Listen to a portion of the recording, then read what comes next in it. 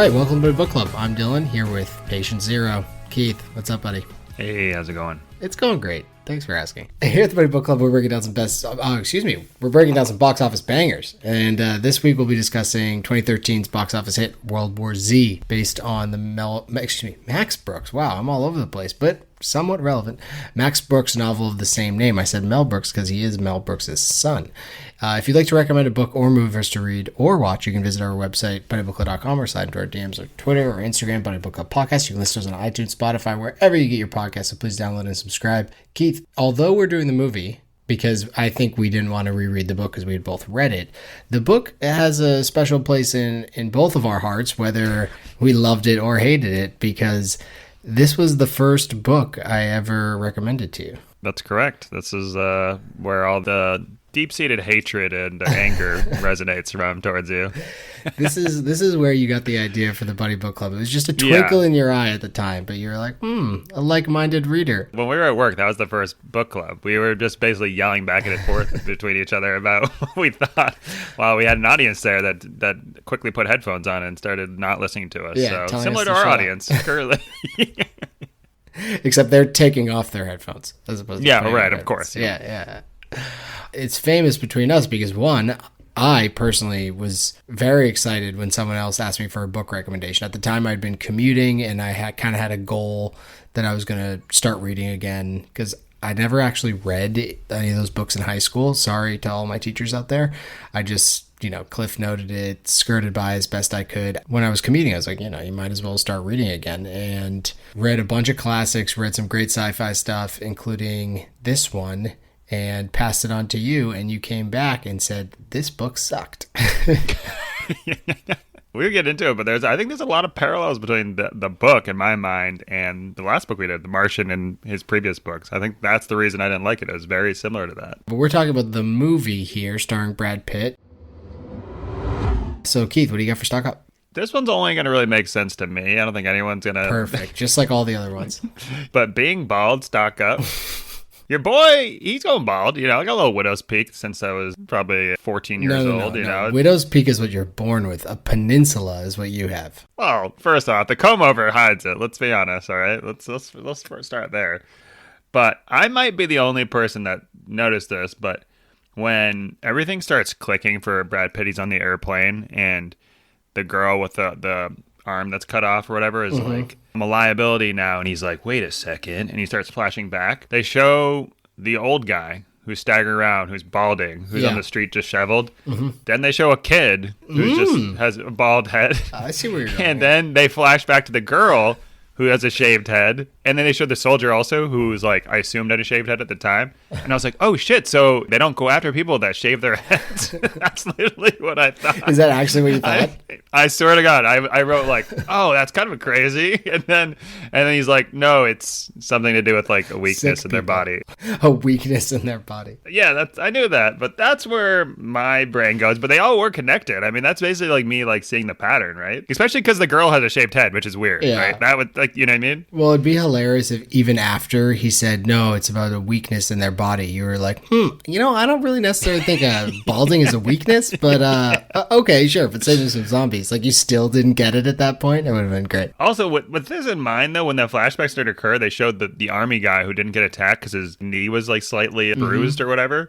We flash forward to a couple days later, Brad Pitt literally takes a chair through his kidney or through his like liver. Yeah, some shrapnel. I mean, let's go after him. He's not injured enough. It's like, but the guy with a slight knee bent problem is not getting... No. So it was somewhat of a red herring, I think, between the old guy and then the young kid who, now looking back, had cancer or something. I'm thinking the guy with the leg thing had like MS or something like that. We needed to be a doctor to know that? Like, how would I ever know that? No, it wasn't like an injury. It was some sort of virus or autoimmune issue which had fucked up his leg. Wouldn't it make more sense if he was like, yeah, and I just passed out here? It's like, what happened? It's like, I don't know, I've had these dizzy spells for weeks. Like something that's like a clear indication that there's like something wrong with the person rather than... Yeah, I think they didn't My knee was hurting. It's like, what? They didn't want to make it too obvious. Wait, so did you think that it was just like any sort of weakness? Like you have a torn ACL? Like you're That's good? what I thought. Well, they showed the guy, and the whole reason he remembers is he's like, well, they didn't attack me because my knee's been bothering me. It should be anything other than the knee. The knee is like the least obvious symptom of something. Yeah. Maybe he had fucking bone cancer or something.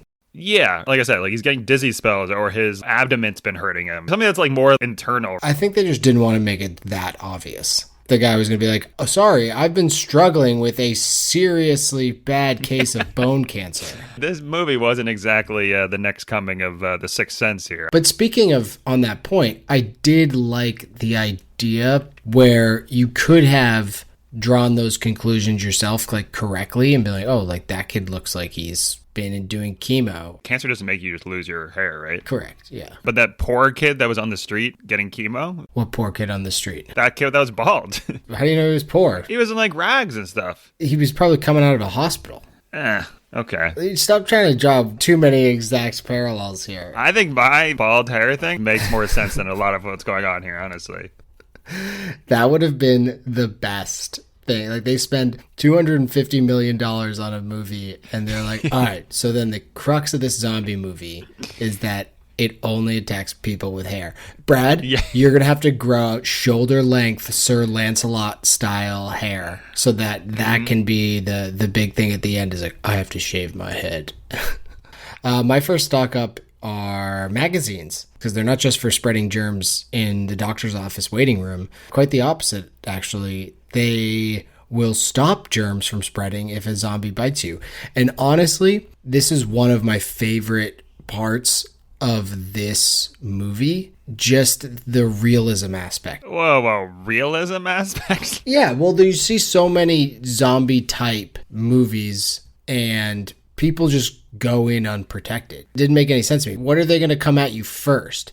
The limbs, right? Mm-hmm. So you might as well get whatever you can, and a magazine or something like that makes total sense. Like, you can't bite. No one can just bite through a magazine. Actually, what makes total sense is what the North Koreans did, which is pull out everyone's teeth. That seemed genius up until the point that they figured out a cure, and then there's 20 million North Koreans without teeth. The magazine thing sounded great to me, and related, just being smart about weaponry. Between the weaponry stuff and the protection, I remember that being a very cool part of the book, because the book was pretty matter of fact about like, here's what you should do to survive a zombie apocalypse. And there was situations like in Yonkers in the book when the military went in right at the beginning of the zombie war and just tried to like drop bombs and have like men on the ground to clean up. All they did was like knock the legs off these zombies. There was like crawlers everywhere just crawling up and biting people. So you need to get the brain. So it was just such a great part of the book as they created these like cool weapons that were specifically designed to fight zombies, as well as protection, which, you know, in this they did the magazine thing, which I thought was a great idea and also gave some homage to the book itself. I was surprised though that in Israel, when they were just tossing grenades at the zombies, they didn't throw back to that like Yonkersy type thing in the book where the grenade really didn't do much because it didn't get their brain, and like even a stray head lying there would reach over and bite someone. So I was upset they didn't do something like that, because that would have been enjoyable. Just kill one of the other hundreds of people you killed in this movie. But in general, magazines, stock up. Hey, they still exist. Keep advertising. What else, Jeff? Just in general, being mysterious, and plus having people explain how important you are off camera. Stock up. Okay. Who is Brad Pitt? What exactly does he do? Why is he so important? I still don't understand it, other than the fact that they're like, well, you know what you did in the Libya Civil War. Okay, what did he do? I don't really get why he's getting a helicopter rescue, why he's the only guy going out here that can do this. Like, what is he that's so special about him, other than being dashingly good looking? I mean, what are we doing here? He just hands the phone to people and they're like, oh shit, this guy is important. It's like, well, what did they say to him? Why is he so important? I don't get it. Do you understand what happened? That bugged me so much. I was like, so this is gonna be a big reveal, and they just were like, no. Yeah, so he's an investigator for the UN. So he goes into hostile situations and ensures humanitarian aid is being taken care of, assesses the situation in terms of how bad is this dictatorship, whatever the case is. I think the point is that he's been in and survived these zombie extreme, apocalypses? these extreme non-zombie situations. And he's not like a military guy, but he's kind of a jack of all trades, a Swiss Army knife. They want him to If you be tell me he's Mitch Rapp, kid, then I get it. He's Mitch Rapp without the military training, but with more of a human interest background. But couldn't we just have one clip of someone being like, why are we saving this guy's family? There's millions of people we could save instead. We don't need to send our helicopter there. And the guy goes, no, Brad Pitt is the guy we need. Know why? Because this guy, and then he just lists off his like, this is what he does. And he'll go in and he'll like solve the problem for us. Like he does more work by himself than like a whole army can, like that's what you need, like a spiel that gets you amped up and then cuts back to him taping his arms up with like magazines. And you're like, oh, okay, I get it. That's kind of like what the Syria conversation was, or whatever it was. I don't know what happened in Syria. Where's Gaddafi? I'm an uncultured swine. How am I supposed to know this stuff? Oh, Libya. They were assigned in Red Alert too. Is that what we're going with? You know what I mean? Like, I don't know anything about them. Like, all you have to know is that he's important, and you got it. They're flying a helicopter out for him. He's important. He can do things. All right. I think I'm on a much more negative look at this because I also came in already not liking it because of the book, and you came in liking it because of the book. So we're in very different places. No, that's wrong. This is the second time I've seen this movie. I saw it when it came out because I loved the book. So I was like, this movie's going to be awesome. I saw it. I said, this movie... Well, you saw the previews, so you must have known what you're getting yourself into, right? I had an idea, but they can't obviously make the book, which was... It was like the 9/11 report, but for zombies. Very straight talk to you. It wasn't like a narrative. It was a series of interviews, basically, that some guy did after the zombie war. So the zombie war is over. So it's a series of interviews of like how it started and also like firsthand accounts and stuff like that. It's not going to be that. So they have to have like a main character, some sort of running narrative. Like obviously it's got to be a movie format. I didn't know exactly what it was going to be like, but the second I saw the fast zombies in the movie, when I started watching it, I was like, oh, this movie's terrible. I hated it. Yeah. I hated it the first time. What I think they should have gone for, and what they probably were trying to go for, was, have you ever seen Contagion? Yes. I think there was supposed to be that, where it's like, do the research and trace it back. It's going to be some sort of drama with science involved, but then also there's going to be a lot of action with zombies. That would have been, I think, cool. And then you tie in the book with like, here's what all the other countries did, and here's how we're learning as we go. But that's not what the movie was at all. To be clear, the second time around, I actually really liked this movie. The first time, I was upset it wasn't like the book at all. Like, I wanted it to be at least like it, and it wasn't. And then, because you wanted to do this movie, I was like, all right, whatever, I'll come in with, a clear mindset. And I had to convince the wife here, who hates zombie movies, to watch it. And she normally falls asleep like 5 minutes into a movie, and I had to tell her, like, we got to pause this and go to bed because there was like 30 minutes left. She was like, let's just finish it. I was like, you kidding me? We got to go to bed right now. I don't know what's going on in that household. You guys hate Hitch, but somehow this is a movie you stay up for and love. I don't get it. I don't like it. I don't get it. I don't care for it. Hitch was seriously lacking in zombies. My next step up is people helping people. It is indeed a beautiful thing. There's a lot of that in this movie, surprisingly. We got the Hispanic family at the beginning, letting Brad Pitt and his family into their apartment. There's a zombie apocalypse and someone comes knocking at my front door.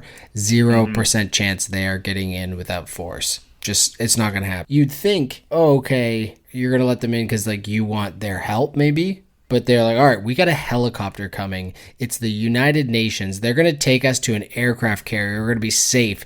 He's like, no, man, my life is in Newark, New Jersey. I'm good here. It's like, what are you? Oh, I didn't realize they offered him to go as well. I think he said, you can come with us. They were like, no, we're fine. He's like, I got at least 10 more of these Budweiser bottles, so I am good.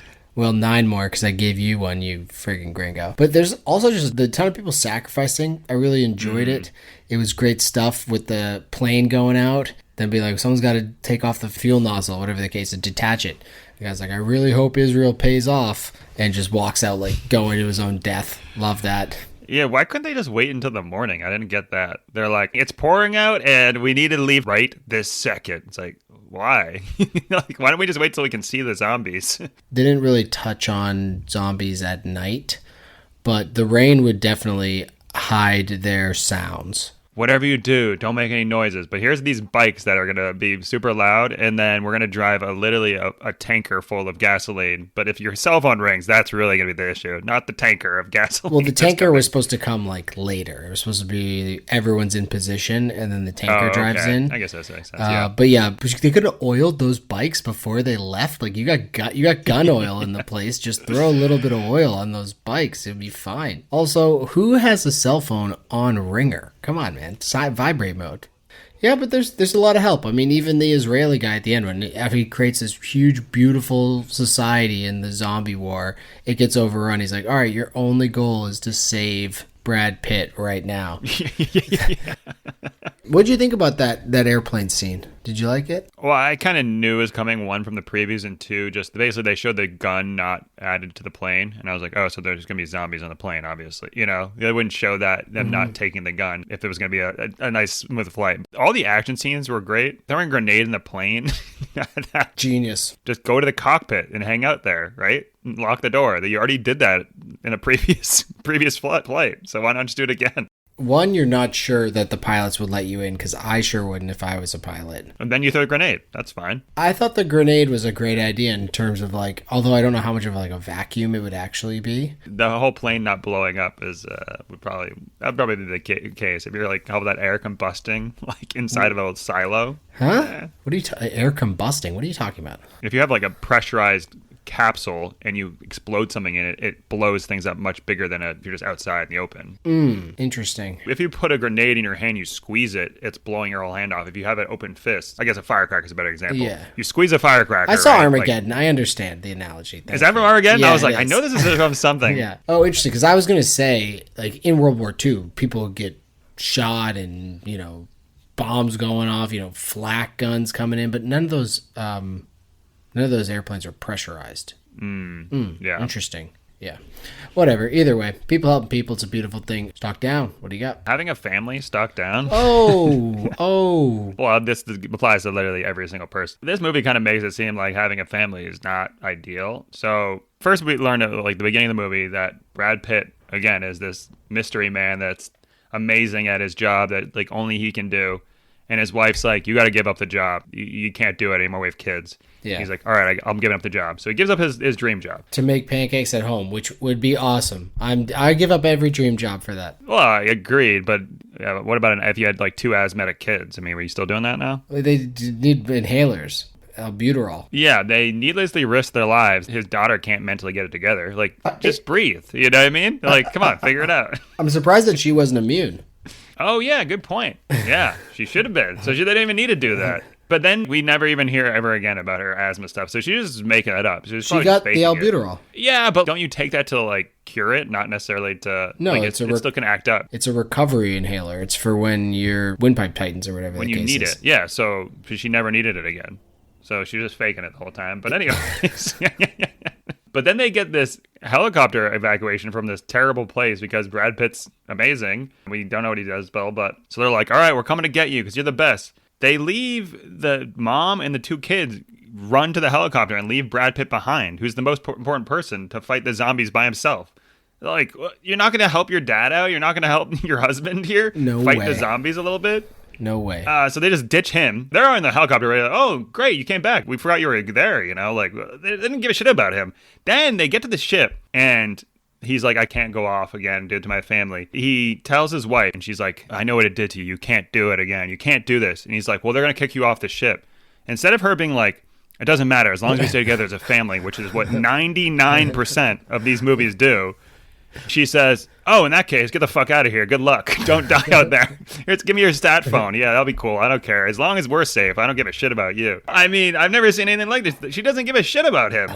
Basically, that's all we hear from the wife and the kids ever again. Like, that was like the main story for the first like 30 minutes. And they're like, who gives a fuck about these people? We'll just have her call and be annoying one time. That's it. Yeah, at the end in Nova Scotia, when he goes and finds them, the mom, you see her visibly upset because he's back. She's like, fuck, You survived? I didn't want to have to pay the lawyer for the divorce papers, like to file these up. It's gonna be so awkward to like tell this guy who loves me that I want a divorce.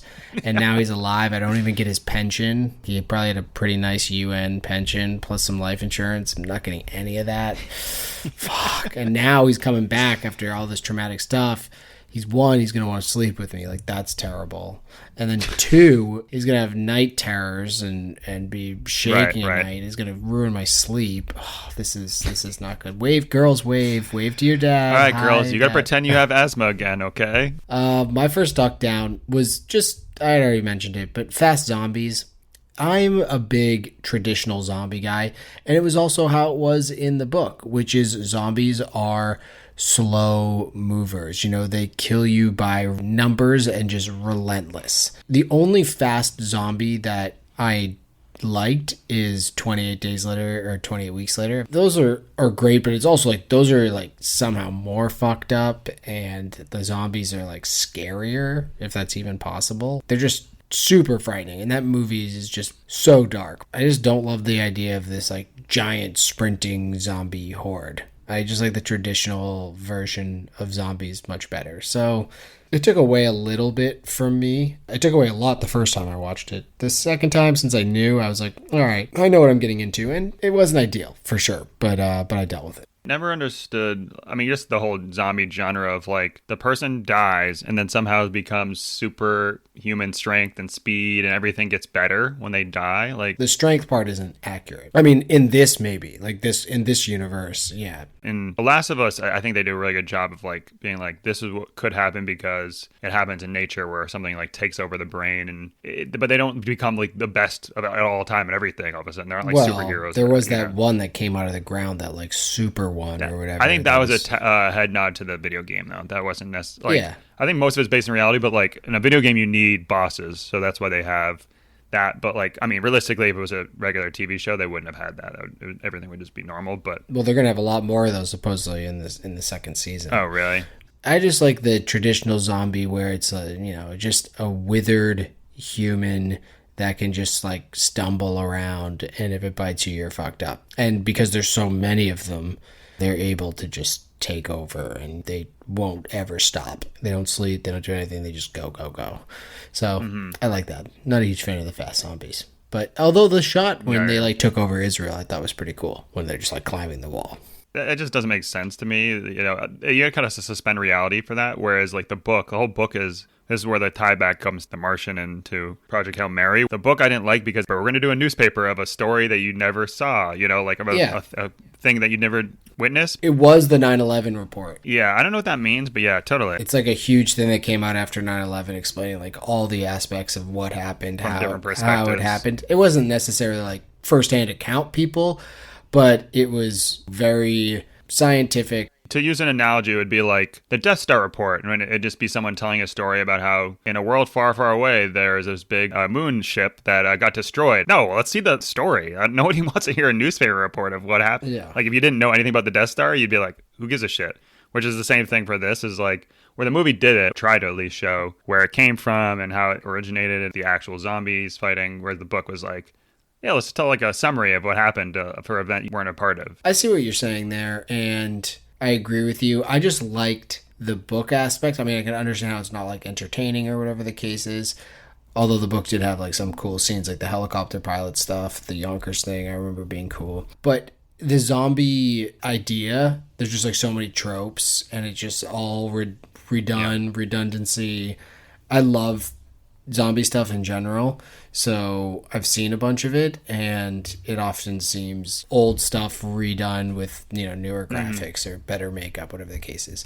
So I thought this was just the book, was an interesting take. What if this did really happen? What if it was like COVID but it was zombie? My next stock down is the so-called smart people on the aircraft carrier.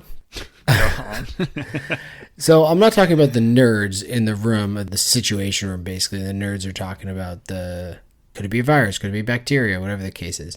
I'm talking about the brass, because they have this one guy who's this hotshot scientist who seems to have an idea that if he can find out where it originated, he's going to be able to figure this out. Everyone agrees with him. This is Will Smith and Jeff Goldblum in a better Will Smith movie called Independence Day. Like, they are the ones that you need right now. And they decide to send him out with Brad Pitt, which is fine. But they send him on this quest to find the source of the virus with like 5 other guys. And they don't even give him like simple gun handling training before he leaves.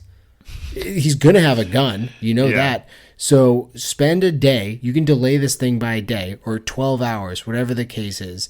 Take him to the back of this aircraft carrier and let him hold a gun. Teach him how to, some trigger discipline, how to keep the finger off of it, where to hold it, how to shoot it. And then that way he's not falling on the ground shooting himself in the head. When I first saw that, I thought he just died from falling. I was like, wait, what? I'm like, was this guy this unathletic? He just slipped and died? What is this, a video game? You have died from falling. Yeah. I mean, also, it's kind of funny how they like kind of built his character up to immediately die. I was like, honestly, I thought that was awesome. I loved it. I forgot about that part of it because I knew Brad Pitt was obviously the main character. But I forgot like how this guy died or whatever the case was. We need his head to blow through like the back. It was very confusing, right? Where did you immediately think that he shot himself in the head? Yeah, I did. Oh, okay. I was like, so he just slipped. So why isn't he getting up? The wife had no idea when it happened. She's like, wait, what just happened? And she was like, wait, did he just shoot himself in the head? And it was funny because like you said, they just built his character up. So she's all excited. She's like, okay, like Brad Pitt's going to like protect him and like this is all going to happen. This guy's going to figure it out. And then next scene, just, accidentally shoots himself in the head. Like, what the fuck? It was, I loved it. I love that part. I think that was actually my favorite part of the movie. Yeah, that was me at the end of the movie. I wanted to do that. Really? Yeah. I thought the story was pretty stupid. All right. What else you ever stock down? Well, this ties right into it. Deadly viruses stock down. You don't say. That stock's pretty low, by the way. In terms of potency, you would think it'd be a high stock, like just in terms of that. I don't think deadly viruses even matter anymore. The ending literally, it's him versus one zombie. He's already killed like 100 zombies in this movie, and he's like, I guess this is the end of the road for me. Like, I can't get by this one zombie. Well, he doesn't have his crowbar. Okay, go just put some tape around your arms and just go fist fight this guy or do something. I mean, it's one zombie. You've literally killed 100 of these things. But you make a bunch of noise, and you can't kill one because it attracts the other ones, makes them angry. Whatever. Inside the science base, they're like, oh my God, is he going to inject himself with it? Which I knew was going to happen right from the onslaught of them saying, we got to go there and, we're going to have to get these things to test out. And I'm like, well, he's going to have to test it on himself, I'm sure. Yeah, we all knew that. They weren't trying to hide it. But then they're like, well, if he injects himself with it, he's already dead. It doesn't even matter. Okay. Flash to 5 minutes later, he's already injected himself. They're just giving him like a thing. They're like, you're fine now. End of movie. Yeah. What? What was the buildup? What was the drama there? There's no drama. If there's no risk to just putting SARS into your bloodstream, then why isn't everyone just doing it and then getting the antidote, And also, did viruses have antidotes? I thought that was like only poison. Like, once you'd have the virus, you can't take a vaccine for it because you already have it, right? So, like, I don't really get, what are they giving him? They were giving him meningitis, viral meningitis. This is why we have the doctor on the line here. That was what he was supposed to take, so I think that's what he took because that's what they were administering to everyone else. Kid, just ding up your knee and you'll be fine. And I don't know why we didn't do that. Imagine if he's like, I got this. And he's like, tell my family I love them. And then he just bangs his knee on like one of those metal cupboards. Does the Family Guy thing. Like, yeah. The zombie's like, I'm done with this guy. His knees hurting him. Yeah, I mean, that was a big criticism from what I understand about the movie itself, was the ending was not good, or like the way they solved it just like didn't make a lot of sense.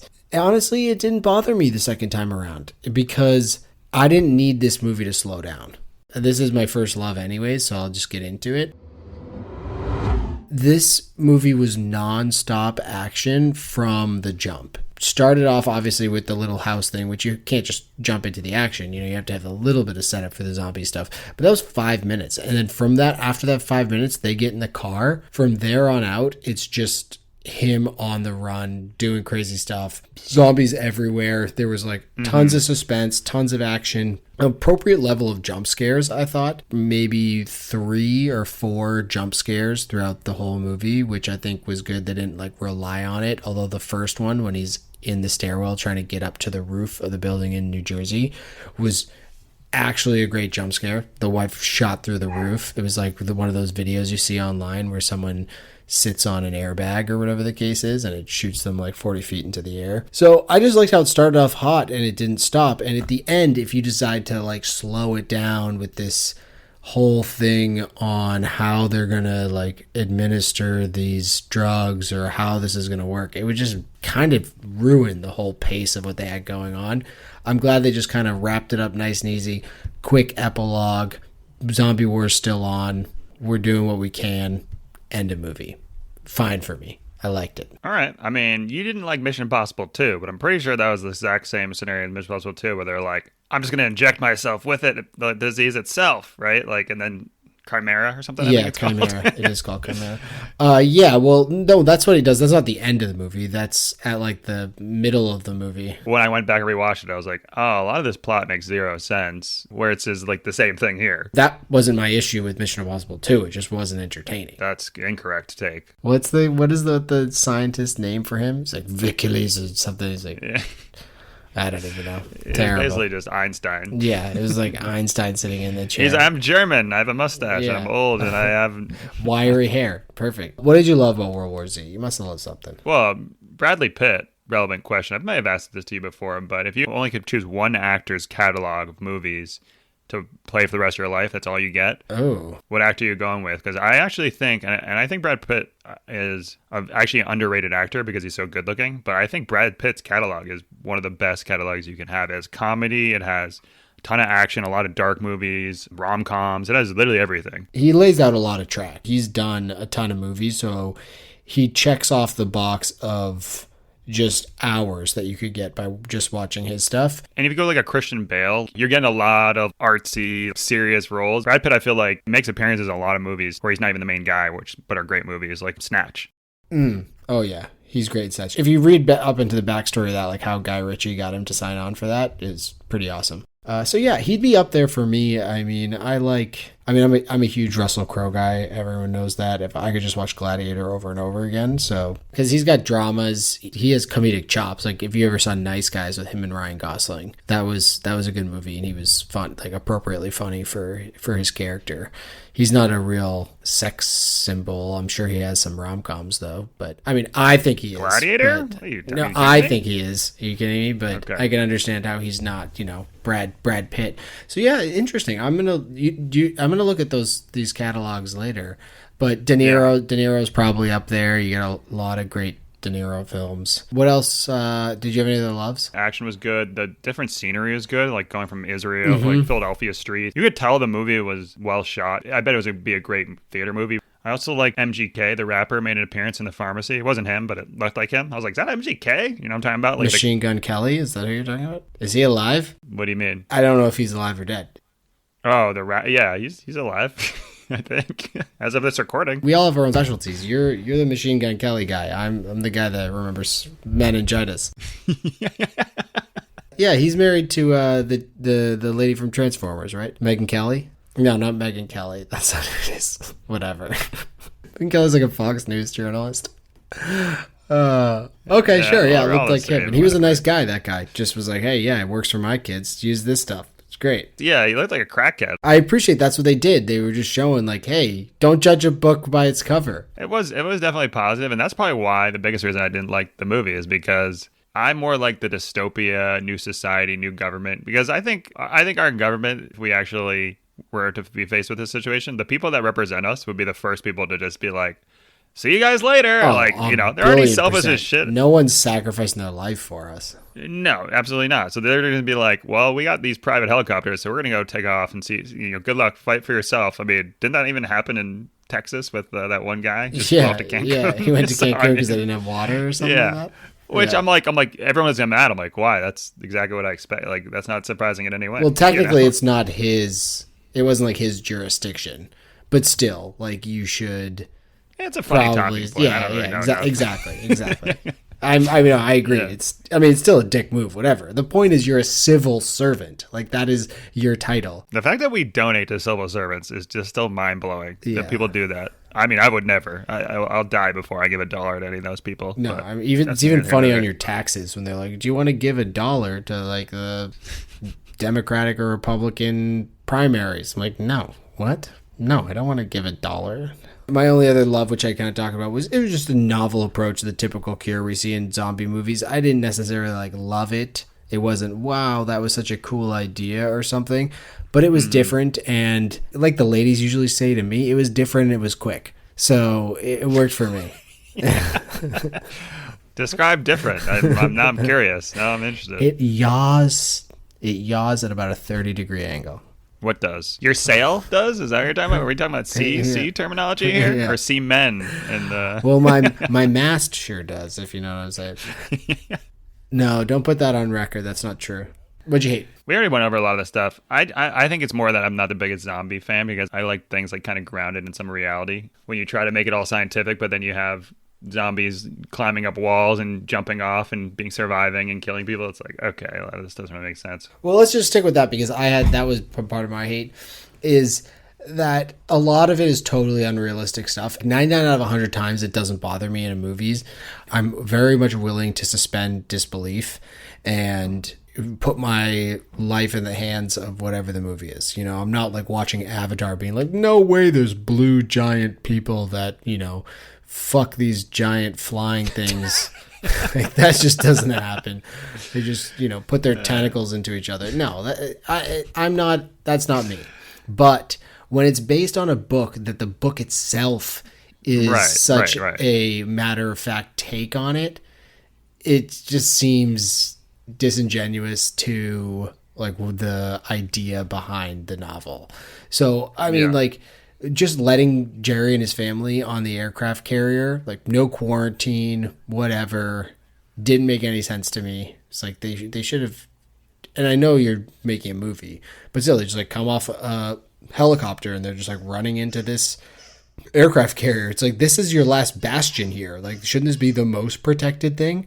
And on the aircraft carrier, they say, oh yeah, airlines are the best delivery system for the zombie virus or whatever it is.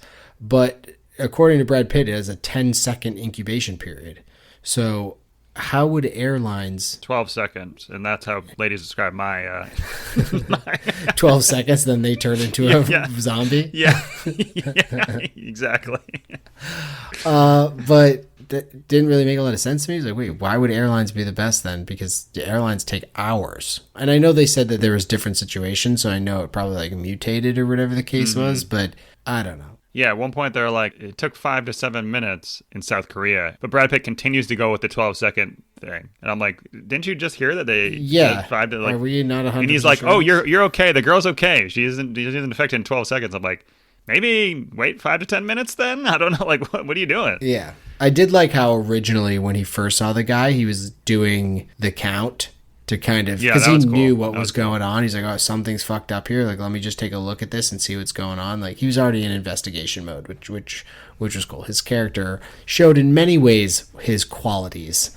So I don't know what you needed them to spell it out. You need them to tell everything. It's just weird to be like, all right, well, I'll tell you why he's so good, and then be like, cut to the next scene. It's like, okay, I guess that did it to me. It's like, well, what you're explaining just sounds like one of those terrible action movies where they explain to you exactly the guy's accolades or like even... But just don't explain it at all. And just be like, I'm the guy that's going to get things done. Just say that. And I'd be more happy than them being like, we'll explain it to you. I'm going to hand the phone over to you, though. Yeah. And then he'll explain it off camera. It's like one of those... What's the point of this? One of those great like Jean-Claude Van Damme movies where some kid shows up and is like, don't you know who he is? He's won 8 kickboxing world championships in undercover places. It's like, oh, that's why. I described it as like you're at a bar and the guy's like, oh, don't fuck with Bill. Like, why? What's he known for? And it's like, oh, trust me, just don't fuck with him.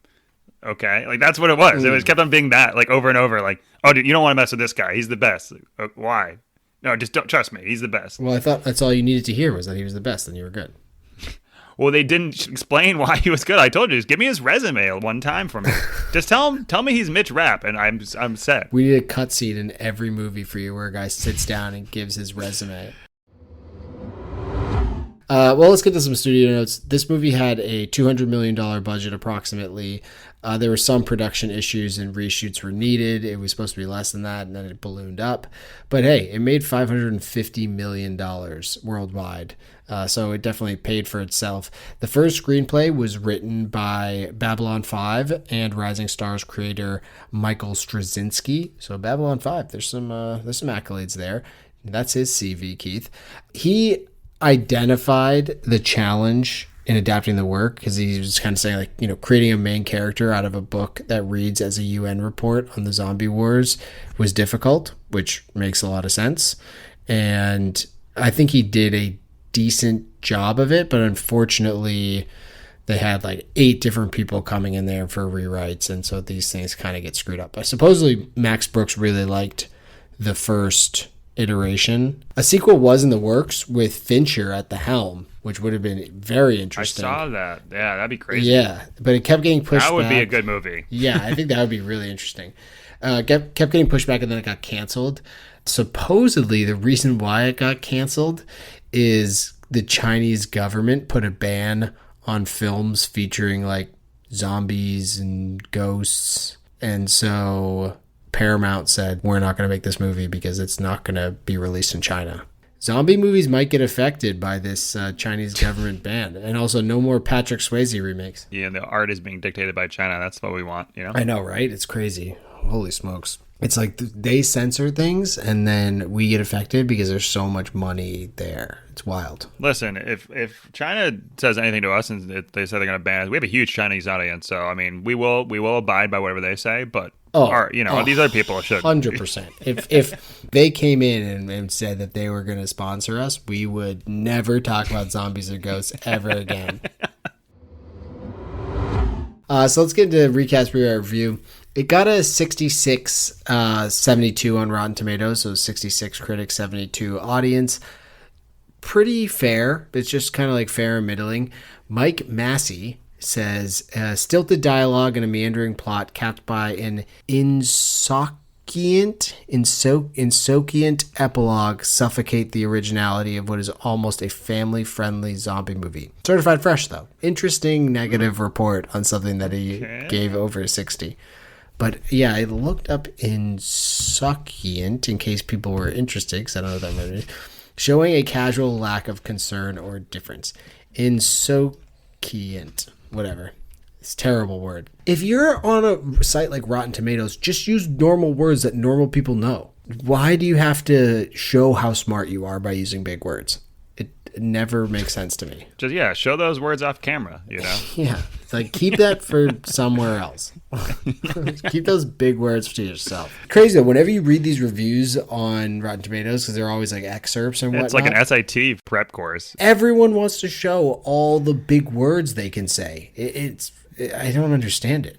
It's bothersome.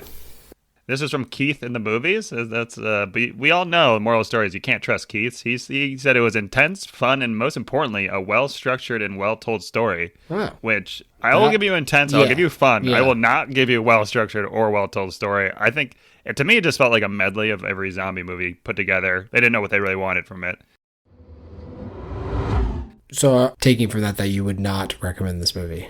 Yeah, with this compounded with the book being what I mentioned before, being more like the Martian type, like science-driven, newspaper reporting. Those two factors put it at 1.5 buddies or stars for me. I definitely would not rewatch it. It's hilarious to me. Like, actually, I might start laughing right now that you suggested this movie after hating the book and said, you know what, let's do World War Z on the podcast. We've done like 5 movies and you've said, let's do World War Z. First of all, the Martian movie is great. The Martian movie is an excellent movie. So, and I didn't like the book. So, I mean, there's been plenty of books or movies that I like that I don't like the books and vice versa. So that's neither here nor there, sir. That's a great point by you, Keith. Okay, fair enough. I would recommend the movie if you like the zombie stuff. It's just don't go into it looking for some elaborate story. I think it's just a fun movie to watch. I mean, the fact that the wife enjoyed it and was like, "Oh, you're gonna have a fun time on the podcast because like this was such a good movie." I was like blown away. She hates these kind of movies, so Yeah. it appeals to some. Does she also know that our best podcasts are when we shit on things, right? Yeah, she doesn't know that. Wait for Star Wars. Oh no! I think if you just want a fun zombie movie and you haven't seen it, because there's lots of zombie movies out there, I would start with some other ones. But hey, if you make your way through them, definitely check it out. But really, I love the book. So the book is totally different. If you thought the movie sucked and that says you're not going to read the book, like, don't do that, because the book is totally different. I don't even remember the ending or if it mattered, because it doesn't really matter of the book. So yeah, I gave it though a 2.75 buddies, or 2.75 zombies. 2 3/4. What's coming up next? You already mentioned it. I'm going to pronounce it right this time. Yeah, I hope so, because It's HEIR. oh, it is HEIR to the Empire by Timothy Zahn. It's a Star Wars book. Yeah, it takes place after like the battle for Endor, after the destruction of the Death Star. 5 years after Episode 6. Yeah, Yep. exactly. So yeah, we're doing that up next, and then after that, I think we got like tomorrow and tomorrow and tomorrow or something like that. So if you're on Libby, you might be too late because it's like a 46-week wait, at least for me. I saw like 800 people were waiting for Yeah. it when I put a hold on it. I was like, oh, great. We'll be reading those two coming up. So this was World War Z, the movie featuring Brad Pitt. We're not going to do the book because Keith didn't like it, and we'd read it many, many years ago, so I don't think he's ready to revisit it. But feel free to pick up the book if you want to, and we'll catch you next time for Star Wars: Heir to the Empire. Oh, All right, yep. bye now.